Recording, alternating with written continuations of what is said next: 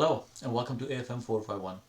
In this video, we will take a deeper dive into materiality, moving from the definition to application. In the last video, we defined materiality as the maximum amount of error or misstatement that would not in all circumstances reasonably influence a user's decision. Now we refine that concept into planning materiality, performance materiality, and trivial misstatements. And then we'll examine how auditors apply these thresholds in practice. Let's begin. Planning materiality represents the 100% of the threshold we determined in the previous video using both qualitative and quantitative benchmarks. It is set at the financial statement level. It reflects our judgment about the largest aggregate misstatement that the financials could contain without misleading the users. This number anchors the audit. It is shaped by the revenues, profit, asset-based, equity, and of course the qualitative context surrounding the entity. Next comes the performance materiality. Performance materiality is set below the overall materiality, typically between 50 to 75%, depending on the risks. It exists to reduce the risk that uncorrected and undetected misstatements exceed the overall materiality. In other words, it's a safety cushion or a buffer. It is usually allocated to funds or to accounts or to transactions classes. For example, if overall materiality is set at $2 million, the auditor may set a performance materiality at $1.2 million and allocate the portions to revenues, inventory, receivables, etc. The higher the risk of material misstatement, the lower the performance materiality tends to be.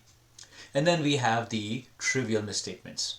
These are tiny amounts, often 3 to 5% of the overall materiality that the auditor does not accumulate for reporting purposes. If the overall materiality is set at $2 million, trivial misstatements might be around $68,000 to $100,000, and then errors below these thresholds are completely considered inconsequential in isolation.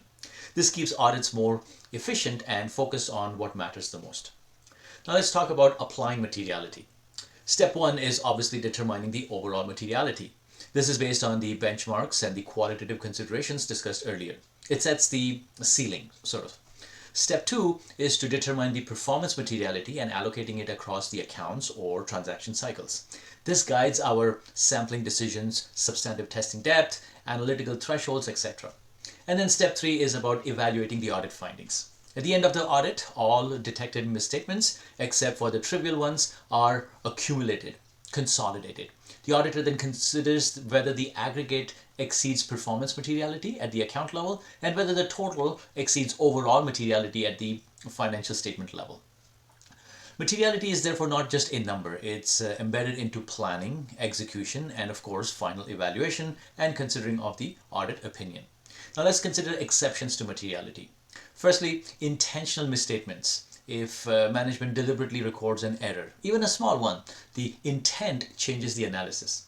A 20,000 intentional misstatement may be immaterial quantitatively, but material qualitatively because it reflects integrity concerns on the part of management. Similarly, we've got illegal activities, violations of the law. Even if financially small, can carry reputational, regulatory, and governance implications. For example, a minor but deliberate bribery payment may be financially immaterial but clearly significant to the users. Then we've got intentional earnings management. And if management systematically adjusts estimates to smoothen the earnings, even minor adjustments may signal bias, fraud, corruption, and this pattern matters more than the individual amount. Fourth, and this is critical, the sum of known or potential misstatements. Auditors do not evaluate errors in isolation. Suppose we detect $400,000 in revenue overstatement, $300,000 in inventory overstatement, and estimate a potential $500,000 exposure from sampling projections.